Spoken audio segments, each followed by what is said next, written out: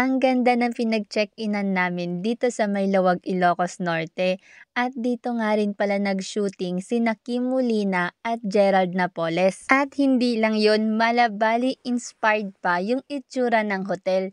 Dito lang yan sa may Playa Tropical Resort. After nga namin kumain sa may Paway Church, dumiretso na kami dito sa hotel na pag-check-inan namin. Ito nga pala yung hotel rate nila at gusto ko nga sanang mag-check-in dun sa may private pool nila. Yun nga lang, medyo mahal kasi.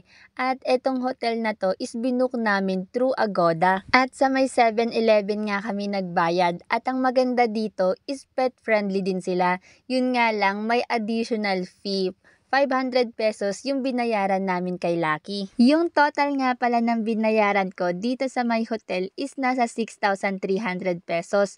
500 pesos para dun sa aso namin, tapos 5,800 pesos naman para sa 5 tao. Sobrang luwang dito at napakaaliwalas ng paligid.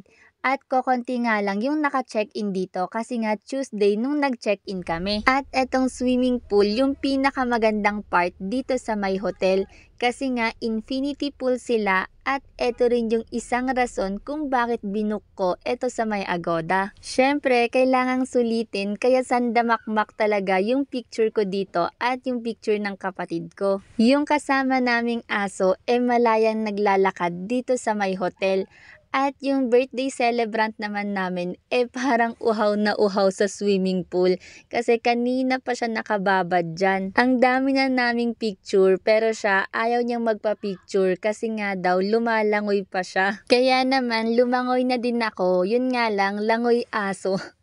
'Di ba? Ang tanda-tanda ko na pero hindi pa rin talaga ako marunong lumangoy. Ang hilig ko sa dagat, ang hilig ko sa swimming pool, pero hindi talaga ako marunong lumangoy. Kaya kapag lumalangoy ako, laging nasa mababaw lang ako. Hindi ako pumupunta sa malalim kasi nga natatakot din ako na baka malunod ako or hindi naman nasa gilid lang ako or nasa hagdan lang. Sobrang nag-enjoy nga kami dito at after nga namin lumangoy, dumiretso na kami sa may restaurant nila para umorder ng room service namin na fries. Tapos, umorder at nagpa-reserve na nga rin kami para sa dinner namin. Bumalik na kami sa room at iro-room tour ko kayo dito. Ayan, yung dalawa naming kasama natutulog at eto, sobrang kalat ng room namin.